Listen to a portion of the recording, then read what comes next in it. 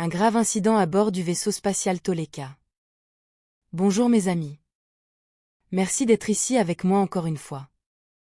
J'espère que vous êtes tous heureux et en bonne santé. Je suis Marie. Cette information peut être considérée comme de la science-fiction, ou comme le spectateur le voit le mieux, et je la publie uniquement à des fins de divertissement. Mais je prends mes informations très au sérieux, pour ceux qui ont des yeux pour voir. Je suis parfaitement consciente que dans la communauté du New Age, les vaisseaux spatiaux extraterrestres sont présentés comme des machines parfaites, qui ont été manifestées uniquement par l'amour et les bonnes intentions de leurs créateurs. Et même plus, de nombreux auteurs célèbres propagent l'idée que les Pléiadiens voyagent dans l'espace à bord de vaisseaux Merkaba faits de lumière pure et générés par leur ego surdimensionné, ou autre chose, où ils sont toujours représentés comme des êtres parfaits et magnifiques, y compris les hommes, qui sont également beaux d'une manière féminine. Pour moi, cela est très suspect. Car les hommes ne sont pas censés être beaux de cette manière. Donc je le relie à l'agenda actuel sur Terre de destruction de la masculinité, et de la féminité également. D'ailleurs, en égalisant toujours les genres, où ils ne peuvent plus être distingués les uns des autres, au nom de l'égalité, une égalité là où elle n'est pas nécessaire, et tout cela pour réduire la population, mais c'est un autre sujet. L'idée que tout sur Terre est lent, et pâteux, alors qu'à l'extérieur tout est parfait et de royaumes existentiels élevés, est partout, et je suis même parfaitement consciente que plusieurs de mes prédécesseurs sont coupables de cela également. Les choses ne sont pas si simples, car il y a des royaumes existentiels inférieurs et supérieurs partout, donc, oui, il y a des êtres supérieurs, des êtres de lumière, et des créatures des hauts royaumes existentiels qui n'ont plus besoin de vaisseaux spatiaux, et ils n'ont plus besoin de voyager dans l'espace, la distance et le temps n'étant que des illusions de l'esprit. Ils n'ont qu'à vouloir être quelque part, et être vus par qui ils veulent, et soudainement ils y sont, se manifestant à volonté, car ils vivent dans un royaume au-delà du temps, et au-delà des distances. Mais certains d'entre nous ont besoin de dispositifs mécaniques élaborés, appelés vaisseaux spatiaux, pour voyager dans cet espace, car nous sommes aussi matériels que vous.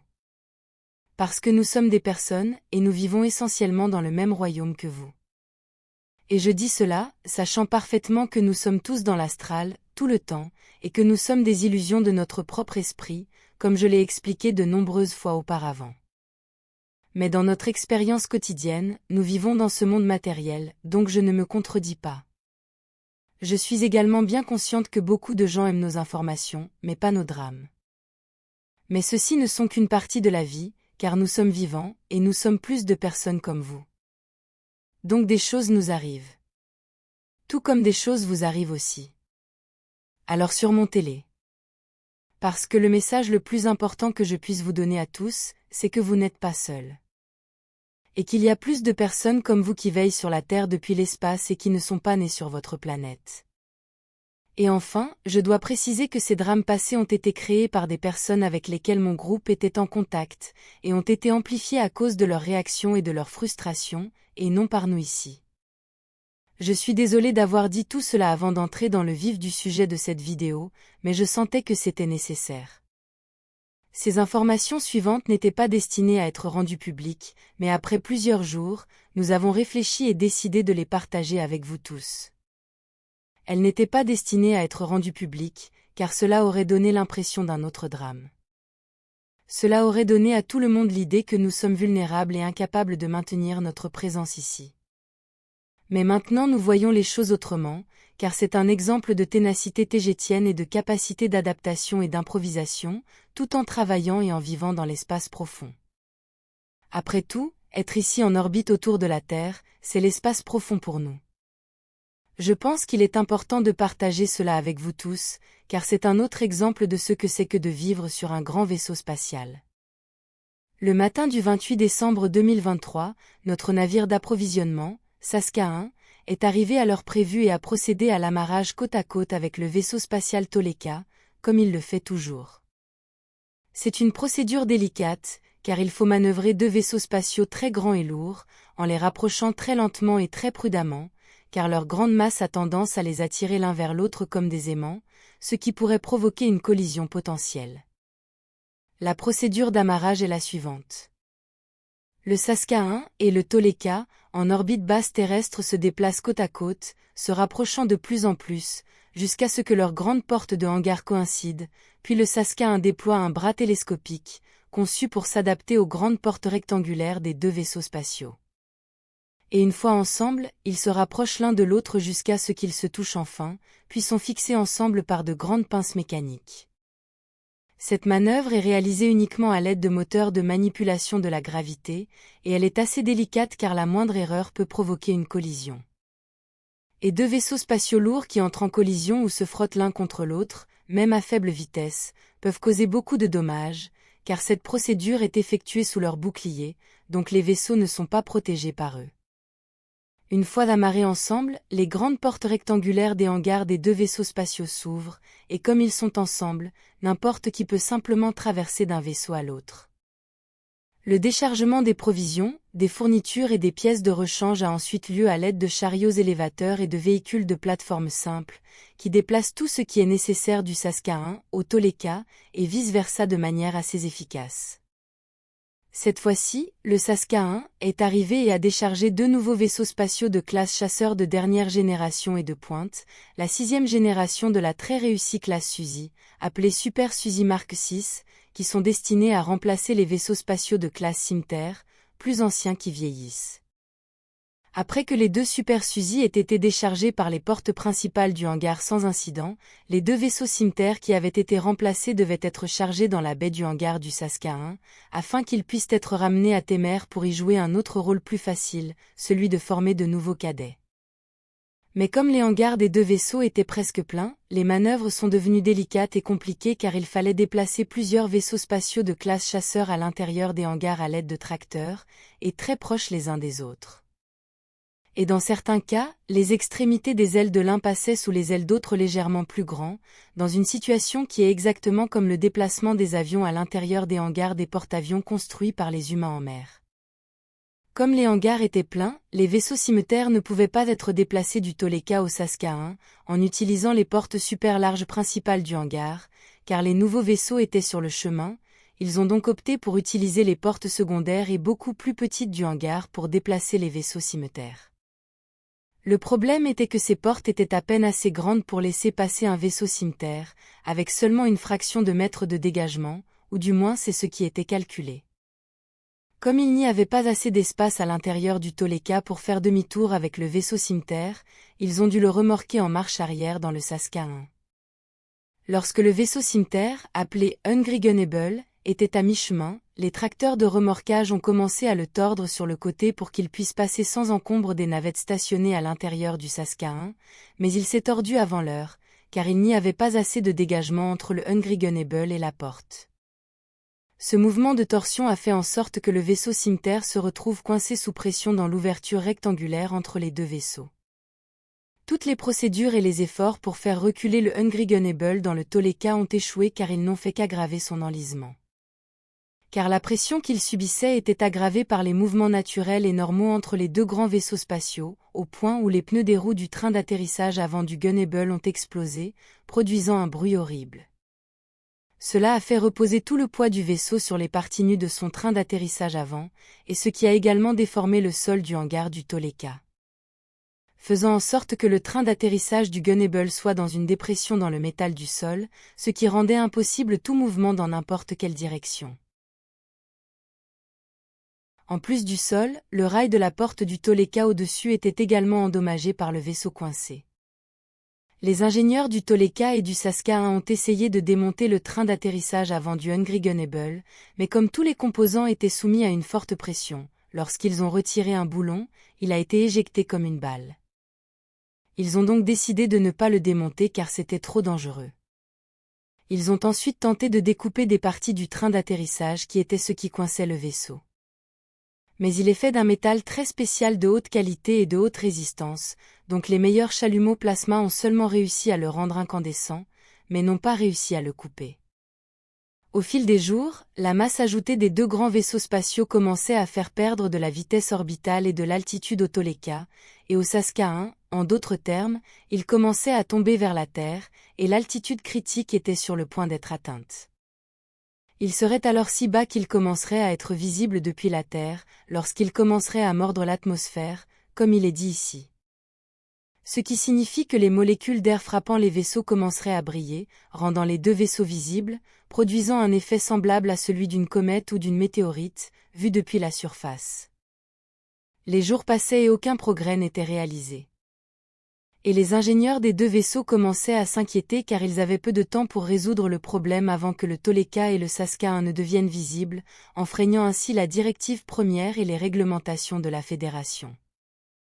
Les vaisseaux ne pouvaient pas démarrer les moteurs pour corriger et gagner de l'altitude, car l'effet de pression dynamique ajouté au Ungrigenable coincé causerait suffisamment de torsion pour endommager gravement le Toleka et le Saska 1.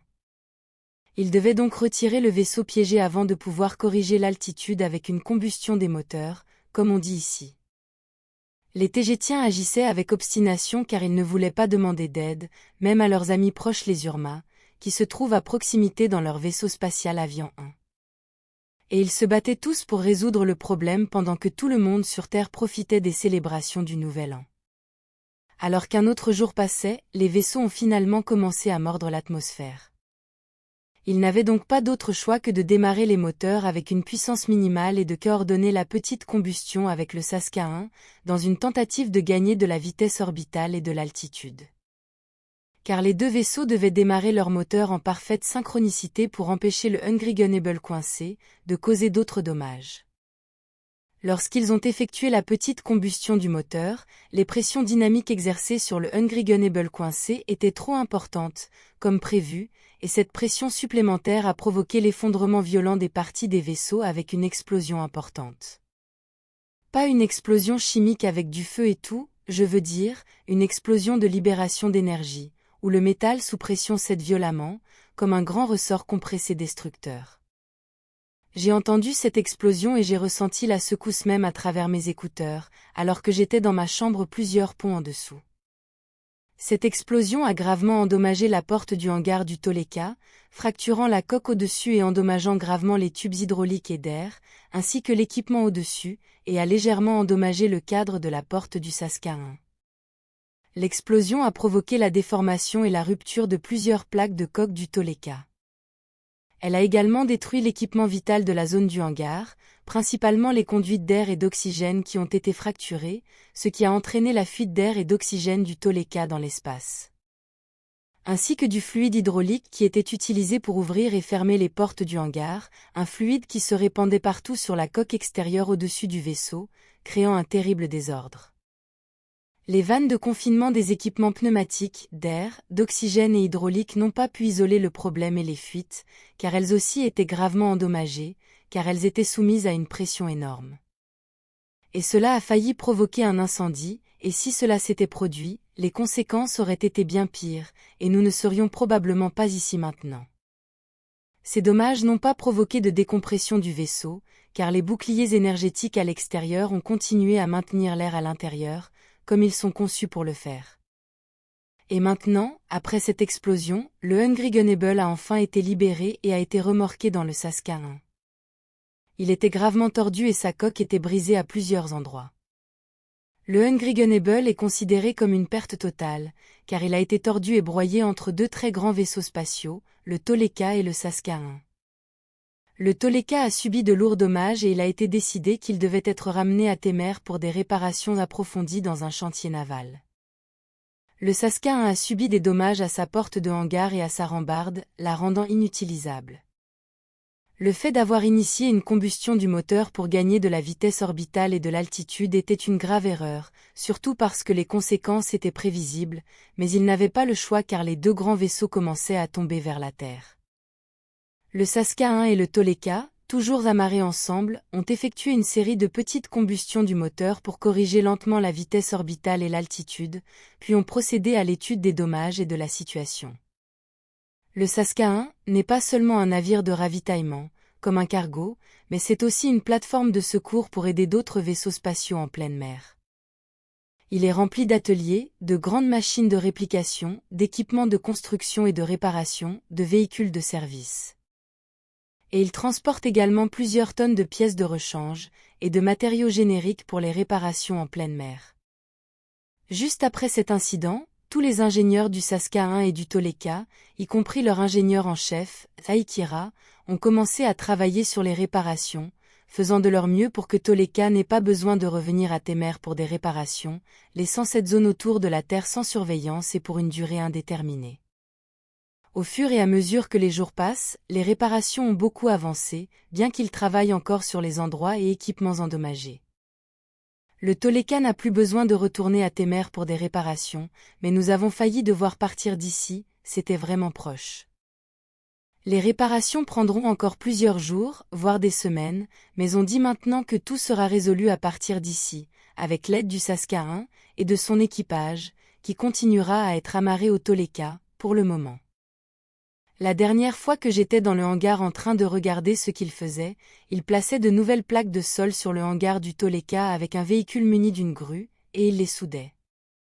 Après avoir réparé les dégâts, les ingénieurs et les ateliers de Saska 1 continueront de réparer les endroits plus petits, les choses et l'équipement endommagé ou usé sur le Toleka, comme un service ou un ascenseur qui ne fonctionne pas.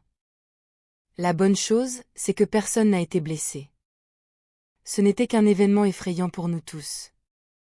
Et ce n'était qu'un accident, rien de plus. Cet incident nous a également rapprochés d'eux, en tant qu'amis et membres de notre équipe ici, et nous a également fourni un autre grand vaisseau sur lequel nous pouvons marcher, afin que nous puissions voir, vivre, et nous étendre là où nous pouvons aller, juste un peu plus. C'est agréable de voir de nouveaux endroits et de nouveaux visages, car je n'ai pas quitté le Toleka depuis au moins 2 ans. Les choses commencent lentement à revenir à la normale ici, bien que la coque en métal noir du Saska 1 bloque toujours la vue de ma fenêtre sur la Terre, et ça me manque de ne pas la voir d'ici, surtout avant de m'endormir, comme je le fais toujours. J'espère que vous avez aimé ma vidéo, un petit aperçu des dangers et des périls de la vie dans l'espace. Ce n'est pas aussi glamour qu'on le pense. Cela peut être très dangereux, et cela peut être angoissant et stressant. Merci d'avoir regardé ma vidéo, et d'avoir liké, partagé, et de vous être abonné, je l'apprécie beaucoup. Et j'espère vous voir ici la prochaine fois. Prenez soin de vous. Avec beaucoup d'amour, votre amie Marie Soiroux.